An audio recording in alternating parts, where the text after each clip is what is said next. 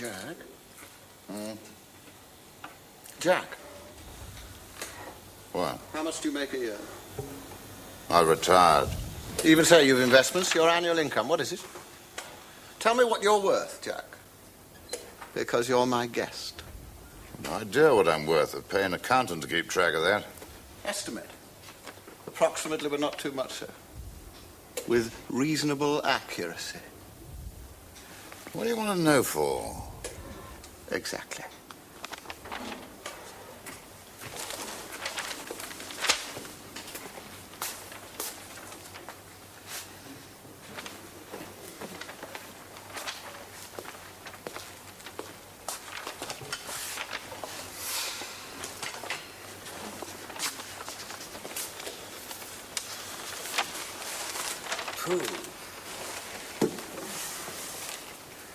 Charles? What's your marital state? Marital. State? I haven't one. Everyone has. Positive states are married or widowed. Negative states are single or divorced. Comprehensive is bigamous. Single, then, like you. Why? You're not single like me. You're single like you. And the difference is that while I'm not living with a woman in or out of wedlock at the moment, you invariably are. Thank you. So what would be the precise word for your marital state? For instance, if your present mistress is married, would the word be, adulterous? And if she's a spinster, would the word be unhallowed? What precise state, Charles, are you maritally in? Well, I don't know. I'm a philanderer, not a philologist. Nor do I get in states. My women do that. And why should I want to know? And whether I know or not, why should you want to? Precisely.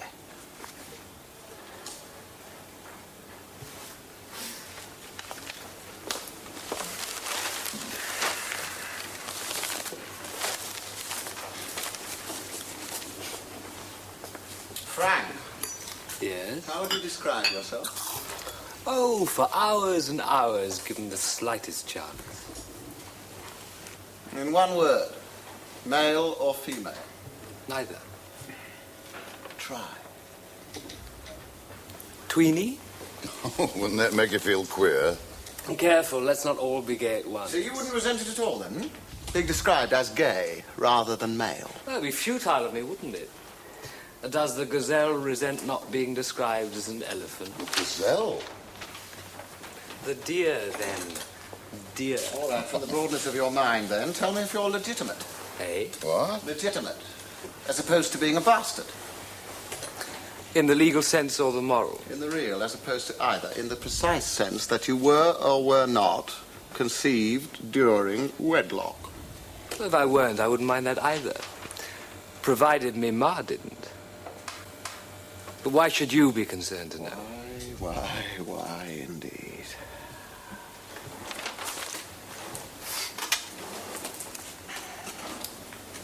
Now, that felt pen you use for sketching with, the one with the fat black point, have you got it?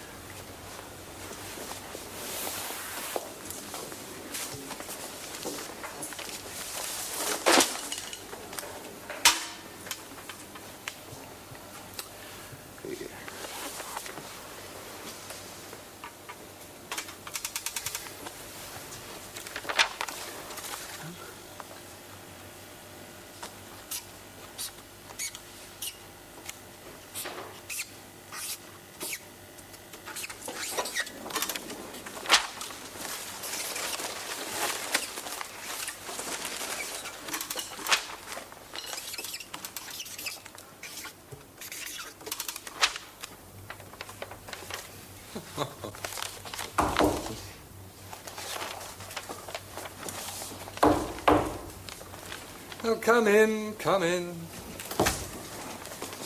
Hello, Weller. I thought you were the wood warping. What? All that knocking. I never knock. If I'm doing anything disgraceful, I'll shoot the catch. Never mind. Most new boys take a year or so to get used to my little ways. Damn your little ways. Do I bowl straight in here as well? Do I knock or not knock? Neither. You wait until I apprise him. Well, next time you see me march through the door, apprise him before I've crossed the room then.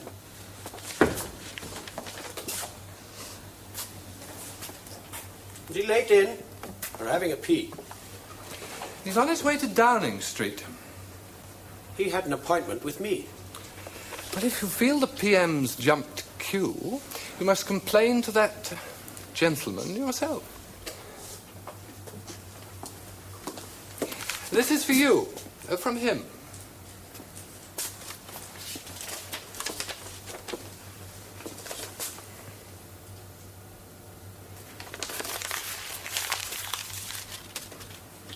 Why didn't you send a messenger up with that? Our messenger has arthritis. So I had to come down here in order to read a memo saying, sorry, don't come down. It's also to receive my withdrawal. You're with what all? Well, I still stick by my little sermon. The General Register Office has a statutory obligation to protect the secret citizens confide in it. They can't be exposed to new boys on demand, particularly brand new boys, which is why I was so, unforthcoming yesterday. And which is why the appointment I have just been unable to keep will be kept soon enough. Unnecessary. Our master has spoken. You are to see the returns. You'll have the access of an old boy. Whatever I get here, it won't be as an old boy ever, but as political advisor. Well, however, you can begin to nose about now. I have my specimen form, about 24 of them. But this is a return, the very first in of 500,000. Then send it back. Return a return. Tell the citizen that he's jumped the gun. He's to fill it in next weekend. It seems he couldn't contain himself and filled it in yesterday. Pity to discourage one so eager, isn't it? Then tell him, Percy. Billy. You'll always be Percy to me, old boy.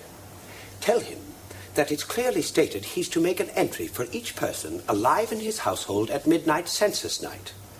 That's next Sunday night. How is he to know, ask him, who'll drop dead in his household before that time? I feel he's more likely to be interested in our dropping dead here. Well, look.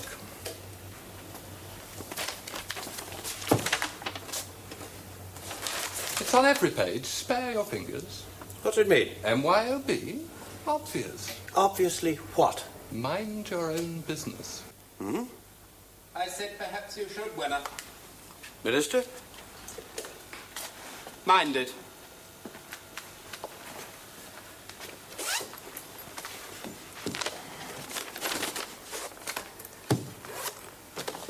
You haven't, surely.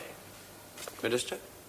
Galloped over here from the General Register Office with a census return which lawfully I should never see? No, I walked over with photostats of it. As bad. Do you want it said? What said? That the only reason I acceded to your request for a transfer from my ministry to the General Register Office was so that you could be my spy on every citizen in the country. Well, why else did you suggest I made my request? I'm beginning to suspect because I overestimated your discretion. Now, take that away, Wenner. Go back to Somerset House and say whatever you have to say to your new master. He wouldn't listen. Remind him that you're political advisor. He says politics are not a departmental concern, only statistics. Then go through the hoop, Wenner. However deaf his ear, advise it as a proper one, but don't whisper in mine you could be dismissed the service for it. And, which is worse, if I listened, I could be dismissed the government.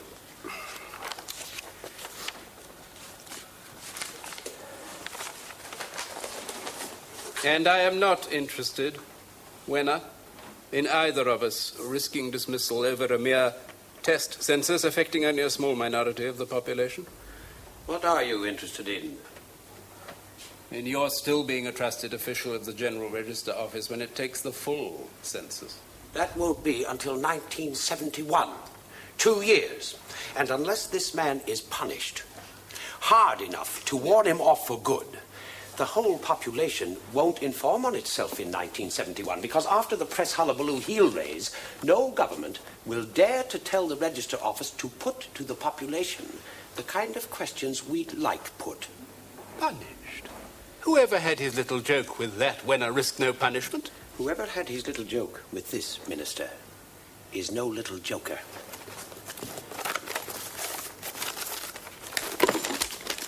Look, Listening is one thing, looking is another.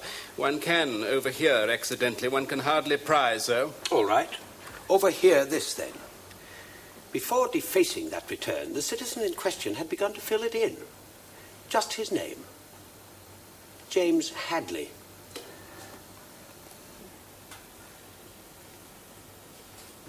James Hadleigh, S. Bloody Squire, who should be got.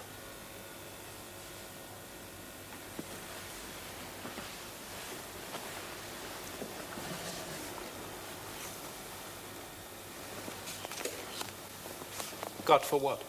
I know what you're going to say, Minister. The Westdale Gazette is an obscure provincial paper.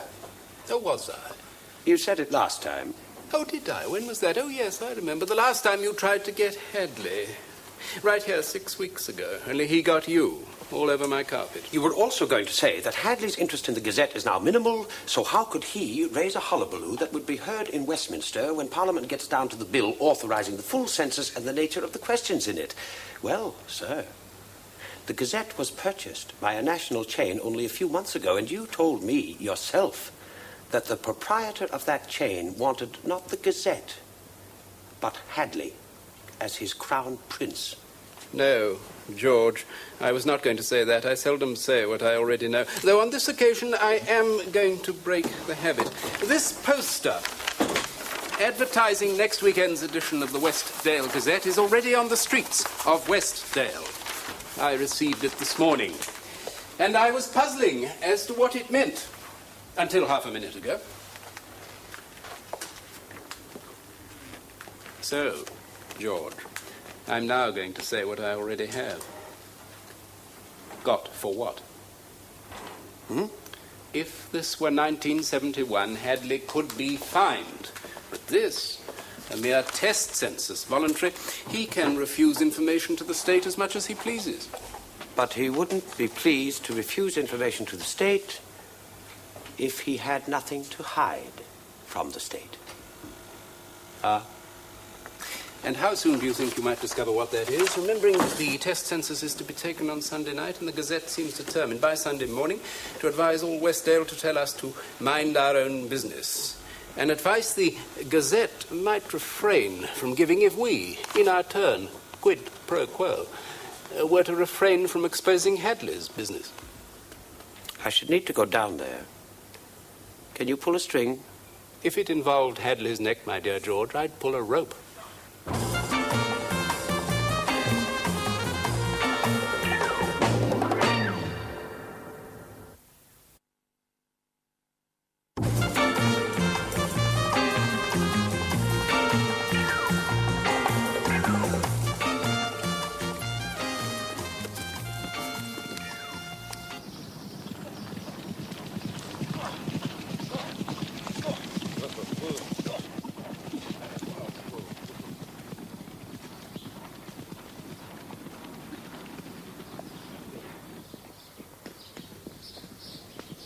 Do you have deer on the estate these days?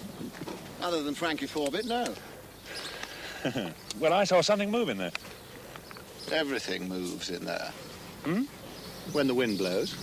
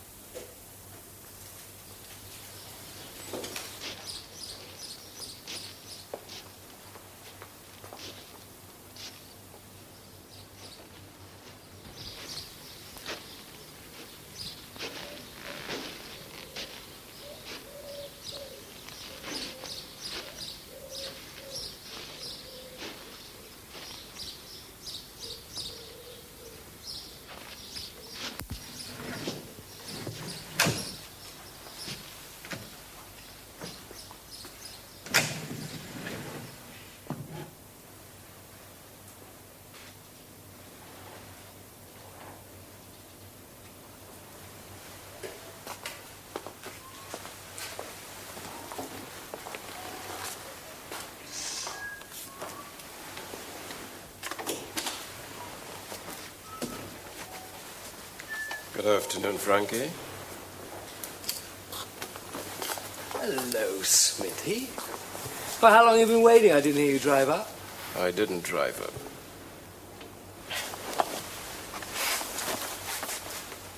Your taxi, I mean. I was out there staying handy, rather. Whoever you be. Didn't Maxwell offer you a drink? Maxwell? There'll be another man at our conference? Hmm?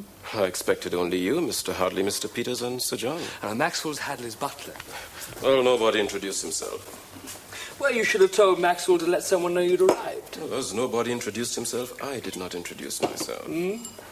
And you have not quite remembered. Have I? What? I like a twist of lemon peel with my sarsaparilla and gin, not an olive. I hadn't forgotten, just hungry. Yeah.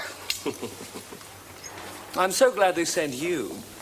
I must say I'm a bit surprised, though. I'd steeled myself for Iroku or Santa Claus. Iroku, we have learned, is not to be trusted, except by those who deluded us into believing should not trust him.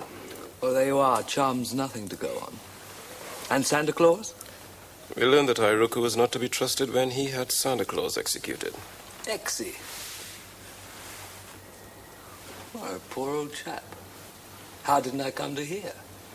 Iroku had him recalled. It is easy not to hear what is happening in Africa today. Well, I'd better take a good look at you, old friend, while you're not there, hadn't I? And before they come, you'd better tell me if I should accord Mr. Hadleigh, Mr. Peters, and Sir John, as once Santa Claus did Iroku, my complete trust. Trust? Well, the government whose interest I have to maintain is fighting a civil war. I have to know why you and your friends wish to help a government that your own will not recognize. I've no wish to help any government. I don't know one that isn't a burden to humanity at large. That's including the one that I live under. You're merely playing host to a convention of anarchists? I do hope you'll stay the weekend. My friend has told me that the money would come from you. And surely you can trust your friend? I have to determine if he should trust you. You're very white, Mr. Peters. Even this summer sun fails to color you. Why do you wish to take sides in a war between black men? I had no idea it could be so difficult to give money away. Nor I that it would be so difficult for you to explain why you wish to give it. I might not if you continue to talk of taking sides. Didn't you, Frank, in your own very white way, explain that I don't give a damn about the war aims of either sides? I just want to get some food into the famine areas. You wish to give money to both sides, then? No, the side that's been winning so far has already received famine relief and spent it on war materials. But if the side that you represent ever succeeds in occupying any of its enemy's territory, I hope it will feed its enemy's children impartially. Well, I'll be out there, Charles, to see that it does, won't I? Will you? Didn't you assume so? No, I did not. Last time you poked your nose into an African war, you caught an incurable tropical disease. This surprises me, too. Well, how could it? You were with me in Biafra when I caught it. The diagnosis was wrong? I'm still waiting to see. Dying to see, you might say. And you've how long left? 18 months? No, plenty of time for that sort of caper. I know the ropes. You taught me them. Bit awkward if the diagnosis isn't right. Whoever goes out there isn't going to be welcome back here.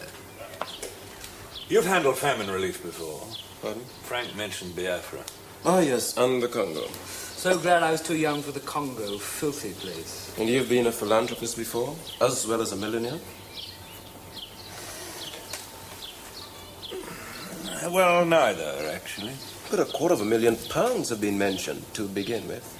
Well, isn't it enough? Am I correct, Sir John? Some of the money would be yours? Not if you were to tug it out of your pockets with your bare hands. I got 17 hungry grandchildren of my own to feed. Had bees after me all the afternoon.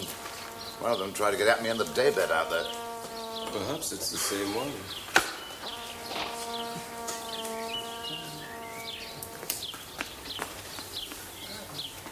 Thank you. A little courtesy, Mr. Peters, an apology for distasteful action I had to take about you. Before coming, I researched you.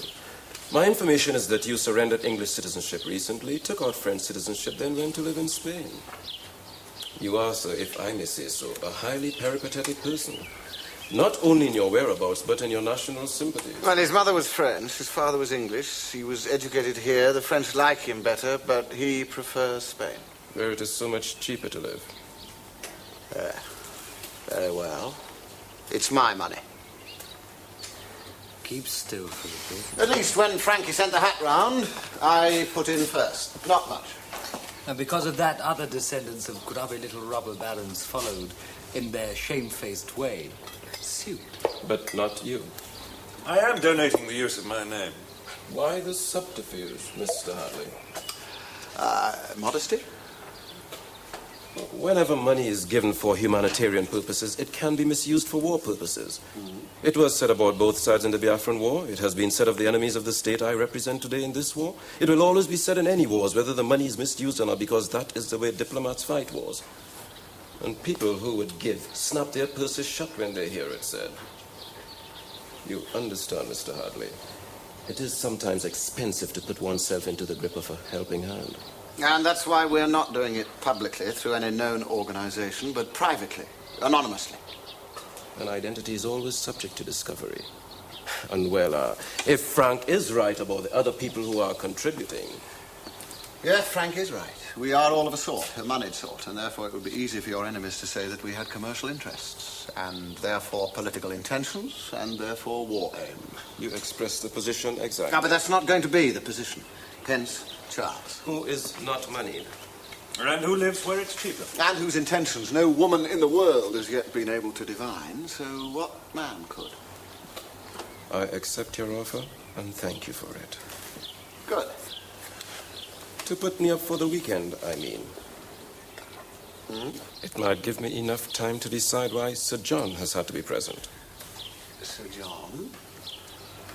Well, there's going to have to be a fiddle, isn't there? Well, everyone knows that. British private money is going to be got out of Britain to a country Britain doesn't recognize. Bank of England won't consider it. Doesn't matter if it's to save children from starving to death. That's no excuse at all. I should have thought there could be no better excuse. Won't wash, not as a private transaction. Under British exchange control regulations, British private money is supposed to stay in Britain to save the pound.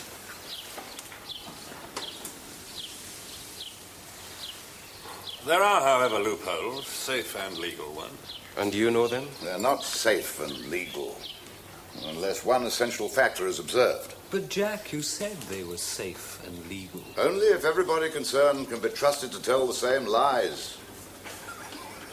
So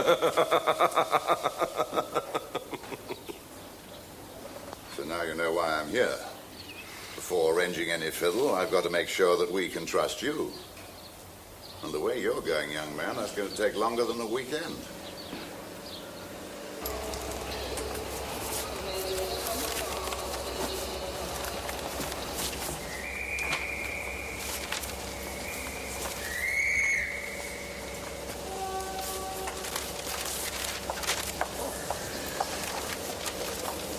So I did. See you get on. How surprising. What's surprising about seeing a man going on a train journey get on a train? Where? North. Mystery deepens. If you'd read the bump on your desk yesterday before shoveling it into your master, you would have seen a request from my former minister asking for another taste of my services, briefly but urgently, Friday till Monday. Which my master was overjoyed to grant, regretting only the brevity. Knowing. Why ask? Because the minister who so urgently requires your services Friday to Monday is back there, becoming further south the further you go north. And that case is almost full with papers he wants me to deal urgently with, which I don't care to deal with alone in an empty ministry on a weekend.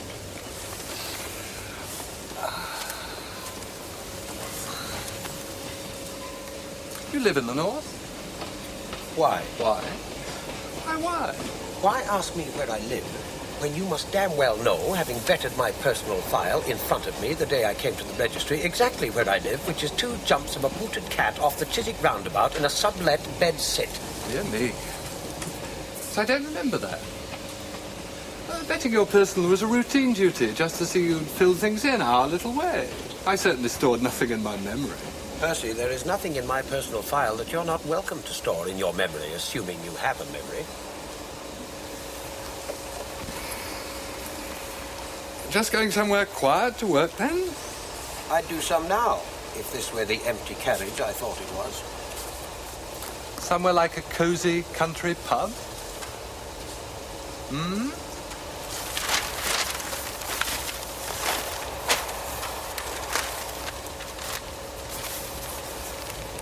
Yes, the Westdale Arms.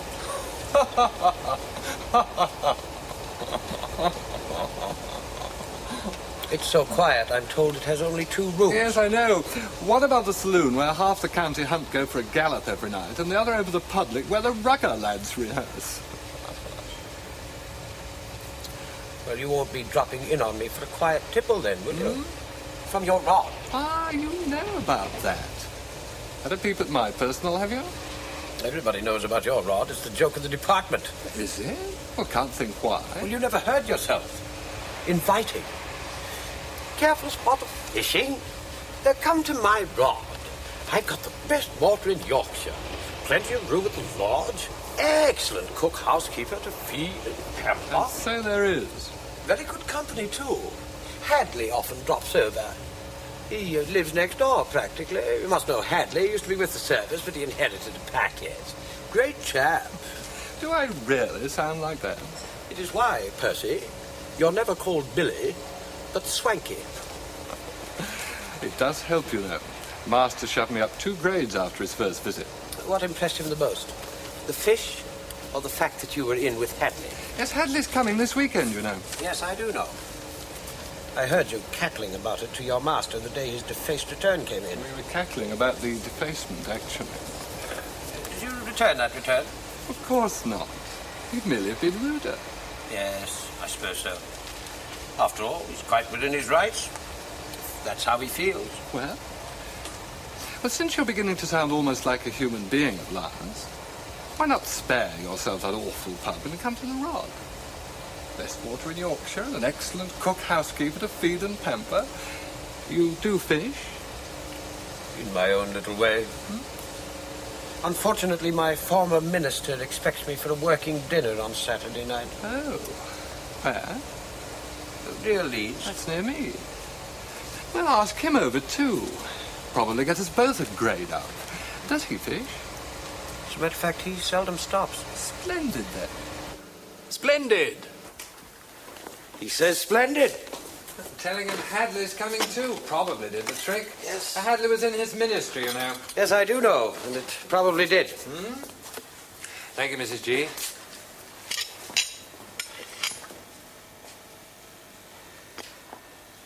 See what I mean about pampering? How did you manage to wangle along one at a time like this? I would have thought, with this test census coming up, you'd have been anchored to your post, not sailing off on a Friday. Doing what, for heaven's sake? Yes, well, ordinarily I would have suggested Wenner doing it. But you've already been good enough to let me have him, Sir Peter. Yes, now an excellent thought. Yeah, I never can remember his first name. Percy Headford, isn't it? Ah, no, Billy Headford. Do you hear that? What? I've lost my long one. Oh. No, I shan't have time for breakfast. I've got to collect an American embassy mob in London and trundle around the test census machinery, letting them see how we count heads. Who thought of that? Don't know.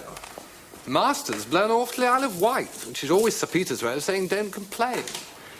Will you be able to manage now? Well, I haven't cancelled my room at the inn. Oh, good Lord, I didn't mean that. I meant Hadleigh and his lot.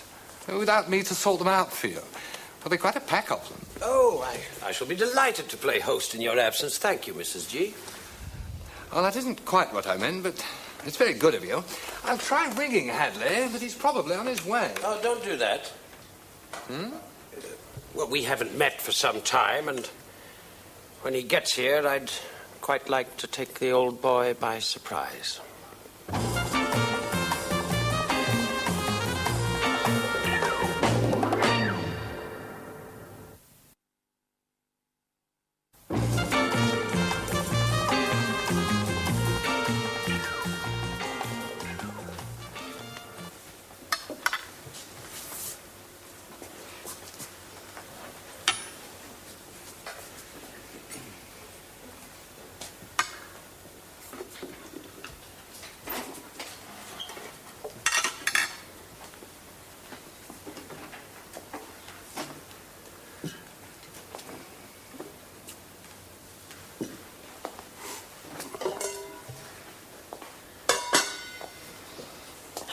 Excellent, Mrs. G. Is that American? Yes, exactly the way I remember you like it. Huh. That's you there, oh boy. Grilled.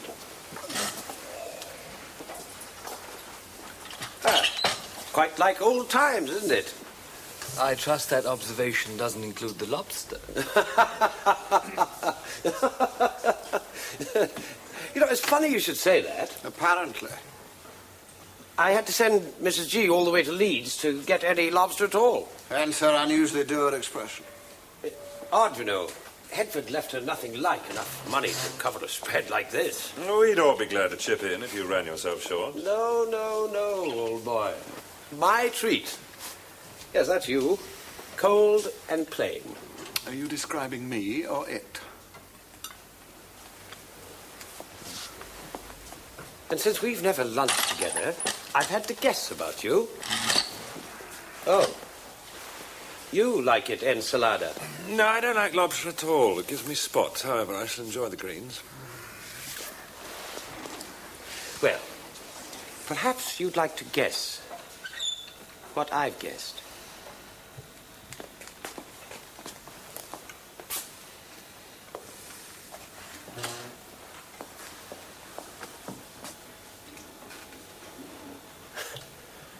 Bullseye.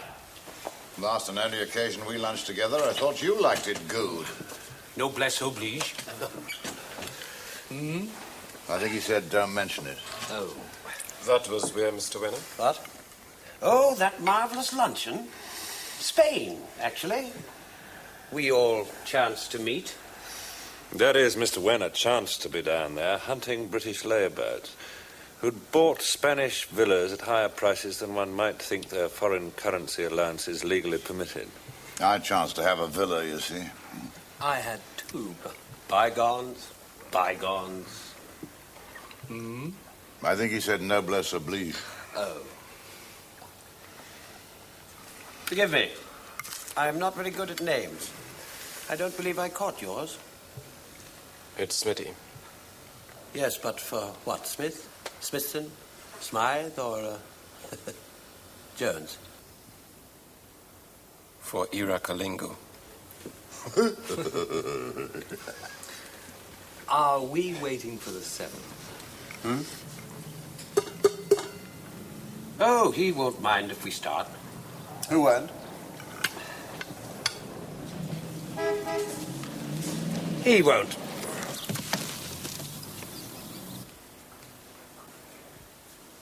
No, miss, don't disconnect. I'm waiting. Yes? I see, not even a very recent posting. Well, I'm not sure. It could be spelt with an I. I was only guessing at an E. Irakalingo. Yes, I can hang on again. Indefinitely. None of this lot have ever heard of him. If they keep on saying it, I'll try our own people, see if he's accredited to any legation. Who said he belonged to that one, Hadleigh? No, Forbett. He drove up first, so he introduced. Or he should make a point of the man's profession, nationality, and whatnot. Not really. I mistook Irakalingo for a manservant and told Forbett to quarter him above the stables, so of course he was forced to put me right. Or, as it turns out, wronger. A valuable social gaffe, Wenner? No gaff, sir. Deliberate. As letting Billy, called Swanky, see me get on the train.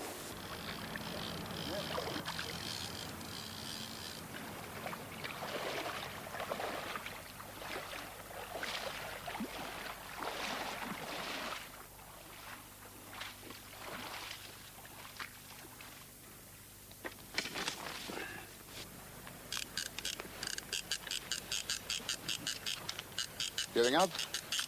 Maybe they're reserving themselves for the minister. Do you think the minister can fish? Oh, about as well as Werner. Can't still be on about those villas, can they? Well, that'd be acceptable. You and Frank got them legally. Enough. Africa, then? Equally acceptable. No money's changed hands yet. And if they get too curious about you, they'll only run into a wall of diplomatic immunity. Yes, I quite enjoyed letting Wenner know you were from the London legation. Why did you say a thing like that? He I was will only for have to telephone the legation to find out you lied. lied. I came over from Paris, Frankie. Not accredited. How could I be accredited? Your government won't recognize mine. You realize this? We expected someone from a legation in London sympathetic to your government and keeping an eye on its interests here. A go-between, like Roku, is that his name? Or Santa Claus. I realize that. I also realized that if you knew I had come in a fishing boat and landed in a rubber dinghy, well, It's as bad as that. it might have prejudiced our negotiations. But there was no go-between left here then. Smitty, my advice is that you go between here and Paris again before afternoon tea. Indeed, yes. Indeed, damn no. We don't know they're after you yet. But you disappear and they will be. Having got in so easily, I'm sure I could get out. Leaving us to face charges of harboring you? Of lying about you? We'd all end up in the clink. Just behave as if nothing's happened, Smitty. Then nothing might.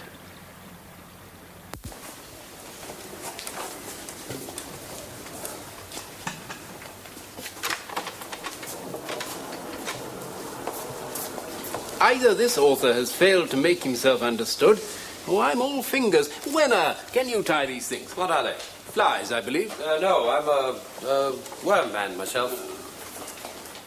Hello. Are they biting? Well, if so, only each other.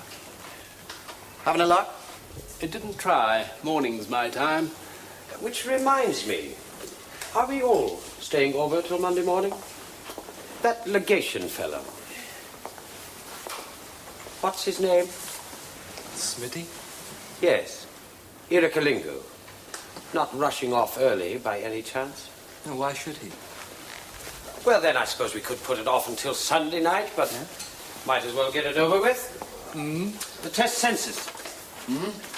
We're in the area for the test census, Sir John. So I've heard, but I'm not of the area. Well, that doesn't matter. The form is addressed to the head or acting head of the household. And it says... Quote, you'll fill in a column for each person alive at midnight who spends Sunday night, census night, under this roof, unquote, and tear it up, Wenner. Oh, we are being word perfect about a census. Oh, that. Well, not quite that, Peters. You see, it has to be filled in, and I'd like to get it over with. It doesn't have to be filled in. The first disquieting thing about that try-on of a form is that, unlike the forms used for previous tests, it doesn't clearly state that it's voluntary. Oh, you were a civil servant once, Jim. Surely you don't mind volunteering harmless information to the state? I have an ingrained objection to giving strangers information about myself that can be passed on to other strangers. Oh, come now. That form clearly promises that all the information will be treated in the strictest confidence. It won't be revealed to anyone outside the census, not even to other government departments. And then what on earth is all the information being collected for? Fun? Well, if it is, Peters, where's the harm in that? The harm, Wenner, is in this. The form supposes that if you're the head of a household in this country, you'll sit down whenever bidden by the state and ask anybody who happens to be under your roof questions that would burrow into the most private details of their private lives. Now, in 1971, there's going to be a compulsory census. That census will use the same nosy questions as are being tried out in this form. Unless enough citizens make it plain, by refusing now, that they won't tolerate being turned into spies and informers. Oh, really? You're off again. No, the state's off again.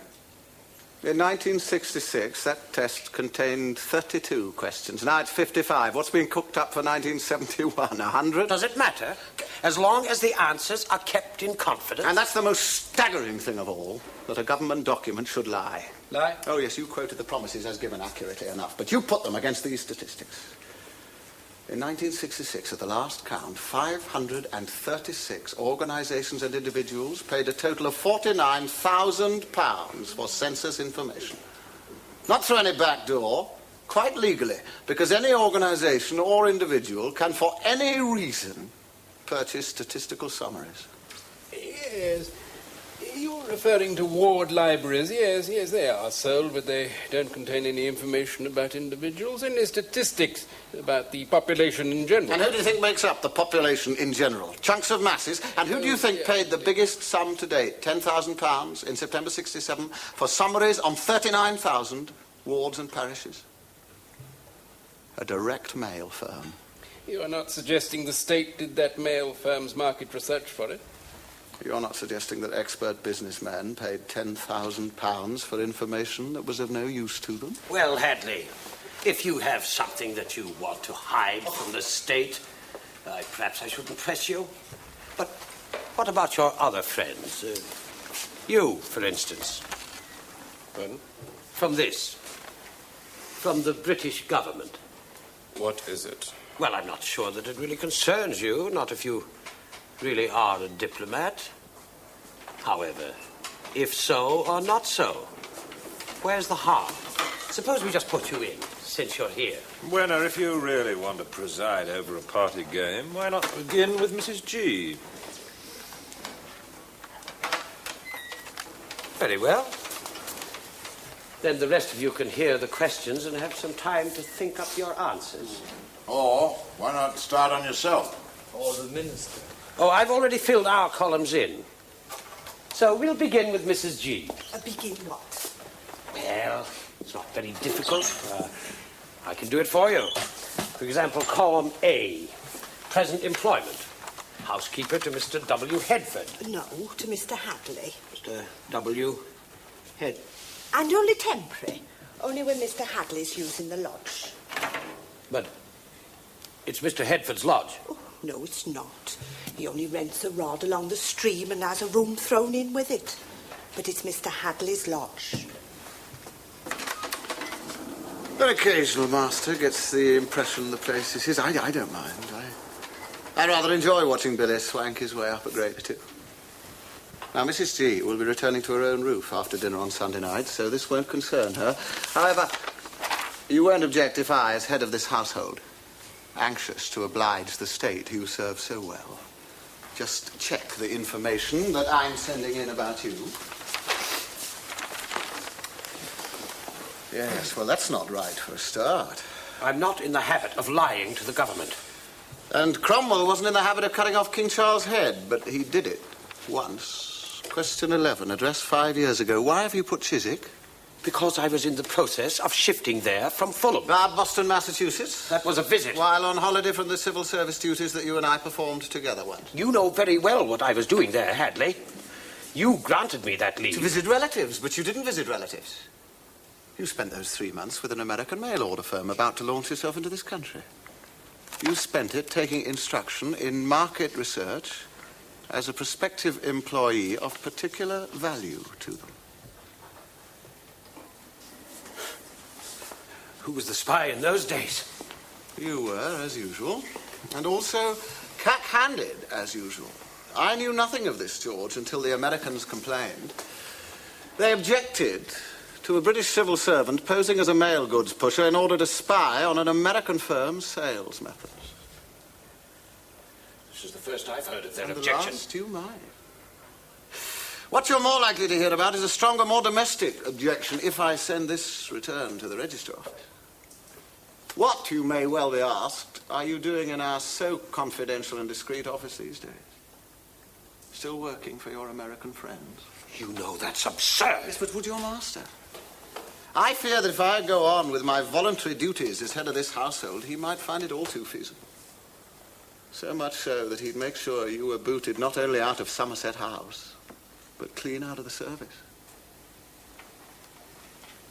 I'm wondering, Jim, if this is really the weather for fishing. Well, nobody's caught anything yet, have they? Yeah. Not a weekend to boast about, I should say. Yes, I think you should say that. Not one to talk about at all. And one best cut short. Wenner. Can I give you a lift? I think you already have, Minister.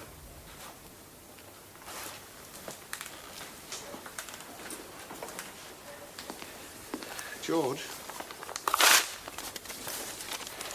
take your rubbish with you.